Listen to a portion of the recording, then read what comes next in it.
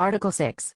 This article provides a flexible method by which the town may, through the town meeting, vote to modify the administrative structure in order to provide services and programs in a more efficient or effective manner.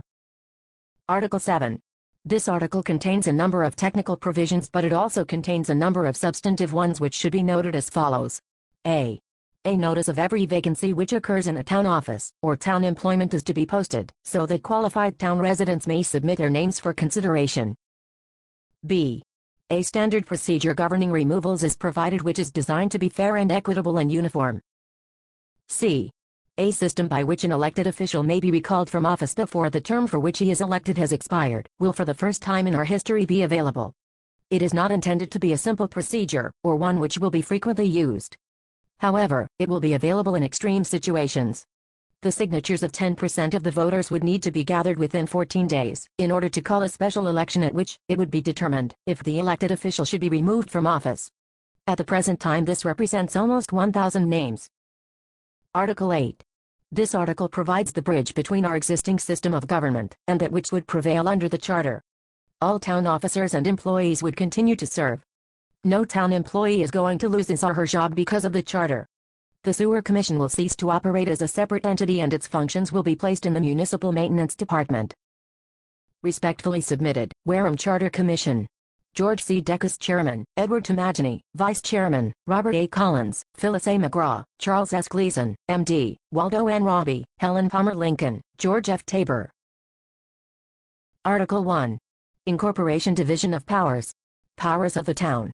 Section 1-1, Incorporation.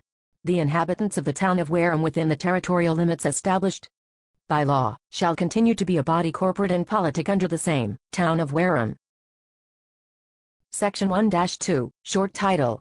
This instrument shall be known, and may be cited as the Wareham Home Rule Charter. Section 1-3, Division of Powers. The administration of all the fiscal, prudential and municipal affairs of the town shall be vested in an executive branch headed by a board of selectmen. The legislative powers of the town shall be exercised by an open town meeting. Section 1-4, Powers of the Town, Intent of the Voters. It is the intent and the purpose of the voters of the town of Wareham through the adoption of this charter, to secure for the town all of the powers possible to secure under the Constitution and statutes of the Commonwealth as fully and as completely, as though each such power were specifically and individually enumerated herein. Section 1-5. Interpretation of Powers. The powers of the town under the Charter shall be construed and interpreted liberally in favor of the town, in the specific mention of any particular power is not intended to limit in any way the general powers of the town as stated in Section 1-4. Section 1-6. Intergovernmental Relations. The town may enter into agreements with any other unit of government to perform jointly, or in cooperation by contract or otherwise any of its powers or functions. Article 2, Legislative Branch. Section 2-1, Town Meeting. The legislative powers of the town shall continue to be exercised by a town meeting open to all voters. Section 2-2, Presiding Officer.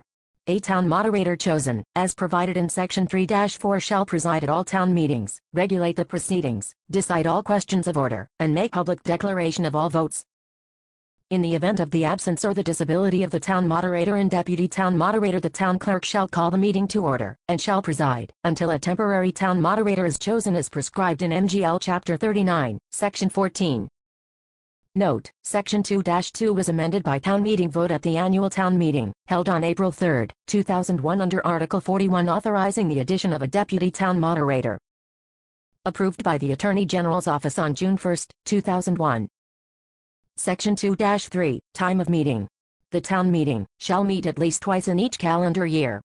The first such meeting, which shall be construed to be the annual town meeting, shall be held during the month of April at a time fixed by law, and shall primarily be concerned with the determination of all matters that have a fiscal effect on the town, including, but not limited to, the adoption of an annual operating budget covering all town agencies.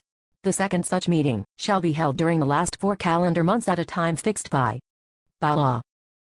In addition to the 2 town meetings which are required to be held annually by this section, the Board of Selectmen may, for the purpose of acting on the legislative business of the town in an orderly and expeditious manner, call other town meetings at other times by the issuance of warrants for that purpose.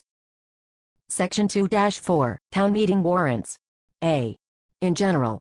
Every town meeting shall be called by a warrant issued by the Board of Selectmen, which shall state the time and place of the meeting, and by separate articles the subjects which are to be acted upon.